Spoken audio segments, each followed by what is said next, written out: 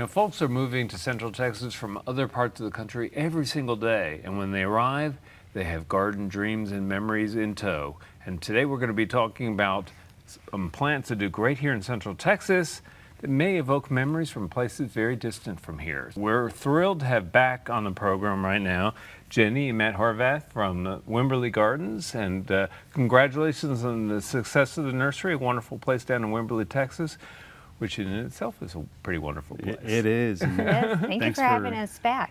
I love this topic of, finding plants that will help people kind of get them over their homesickness, I guess, is one way to do it. And I relate to this because I come from the Northeast, land of giant trees and fall color and all those kinds of things. So it took me a while to get used to what we have here in Central Texas, but I found lots of great alternatives. I want to start by just asking you about the plants you remember when you were young and what some of the alternatives are. So let's start with you, Jenny. What is a plant that you really loved in your childhood and why? The hydrangea. I love the big blooms on it. I love to be able to dry the flowers out. Yeah. They just, I grew up in Minnesota, Right. but then going to see my grandmother in New Jersey. Oh, they had them okay, everywhere. yes, So a yeah. good alternative here would be the oak leaf hydrangea, which right. is a good shade plant. Has great fall interest with the leaves turning. A nice red. A beautiful red. Yeah. And then you get the beautiful white blooms in the late spring, early summer. It likes it here. It can tolerate the heat. It does appreciate a little peat, a little acidity. It does not have to have it, but it does do better. Good garden soil recommended. Absolutely, strongly. Yeah. absolutely. Yeah. Little dappled morning sun, but There you really go. prefers to be in the shade. Yeah, don't plant it in the afternoon heat. No, But no. it is a lovely plant and it does well throughout the South, really. Absolutely. Yeah. Okay, so you're up. Yep. What do you remember from the One- Northeast? one of You're my- from Pennsylvania, right? Yes, that's correct. One of my, in the Pennsylvania state flower is the mountain laurel.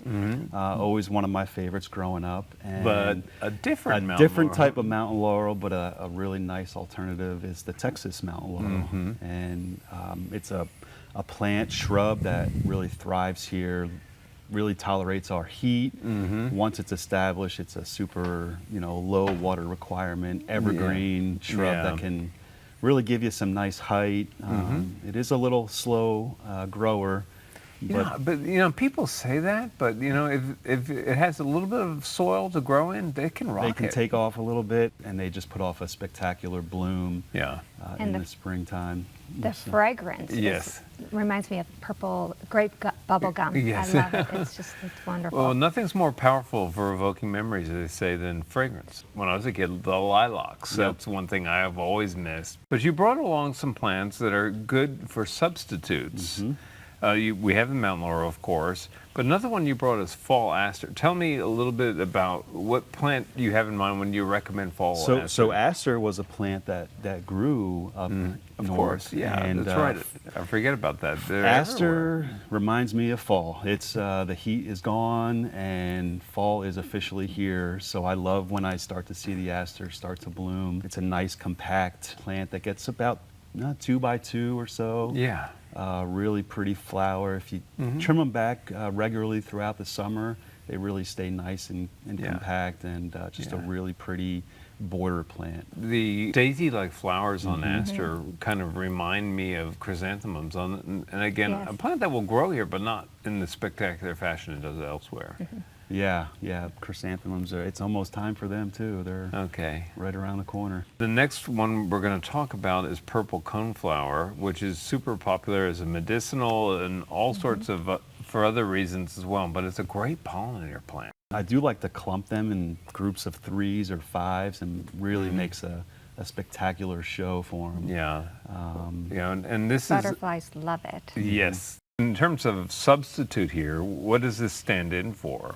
Well, again, echinacea coneflower was a plant that grew really well from, where I was from, up north. Right.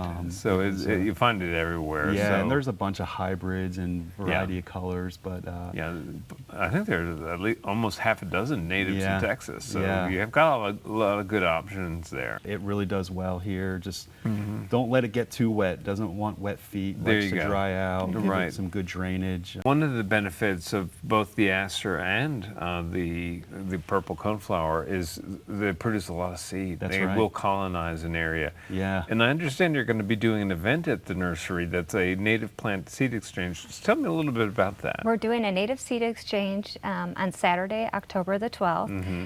And we're going to have guest speakers, refreshments, hopefully getting some live music in there, and just make it a Good. day of event. And everybody come together, bring their seeds, and exchange them. Yeah, Think so it- label them so that people know yes, what they're getting. But absolutely. I guess you Label could have a them. mystery pot, right? Oh, why not? That would be Yeah, fun. that's always Not fair fun. to bring ragweed. No, no, definitely Stay not. away from that. Well, you also brought a couple of lantanas, and I think of lantana as definitely a Texas plant. I don't know if I ever saw it when I was a kid in New York, but what's the recommendation regarding lantanas So, as a substitute? Where I was from, lantana it was more of considered an annual. So Okay, it right. definitely wasn't hardy enough to make it through the winters. Mm-hmm. Down here, lots of varieties of lantana just Yeah. really thrive. Yes, sometimes all the way through the winter, like this yeah. past year, yeah. That's right. And, the new gold, the yellow, really pretty, really showy Yeah. lantana. And a nice form to that plant as well. There is. Very dependably will stay low and hug the ground pretty Yeah, well. It doesn't get out of control. Yeah. So, yeah, we like to use that a lot in our landscapes here. The Really- Dallas red. I love the Dallas red. Yeah. It gets a little bit bigger than the yellow gold, and very showy. These are great stand-ins for some of those plants that in other climes that would fill garden spaces. But these are super dependable for Texas and will kind Absolutely. of brighten up. And again, attract wildlife like hummingbirds, like the lantana, and sure. butterflies as well. I have a couple of kind of what-if questions for y'all. I know when I think about, newcomers to Austin, often what I hear is, where are all the tall trees? I remember really tall trees, and down here the trees go sideways, not up. So if people are interested in a tall tree, Matt, where do you send them? Which species? I love the chinkapin oaks. Oh, yeah. The Monterey Yeah. oaks. Those trees are going to be great shade trees. They're going to give you some height, and kind of resemble the trees that you're used to in other parts of the country, especially north. Yeah. Yeah, Yeah. well, I love both those species, specimens or species, but the Monterey is a fast grower, which is another really great plus for that. It is, yeah, one of the faster growing Okay. oaks. One of my favorite topics is fall color, so this is the last question, but if somebody's interested in seeing that foliage change in their yard, what's a good plant for them? Big tooth maples, Yeah. really, really pretty tree. That's going to give you that fall. One of my biggest memories is seeing, the fall change Yeah. in trees. That was a big deal. Yeah, it was a big And deal, and I still miss it in some ways. Yeah. All right, well, we've got to wrap it up real quickly, but Jenny, real quickly, tell folks where in Wimberley you're located. We're located at 419 FM 2325. All right, well, again, congrats on the success of the you. Thank nursery. you. Thanks for Thank being you. on Central Texas Gardener. Coming up next is our friend Jim Comas.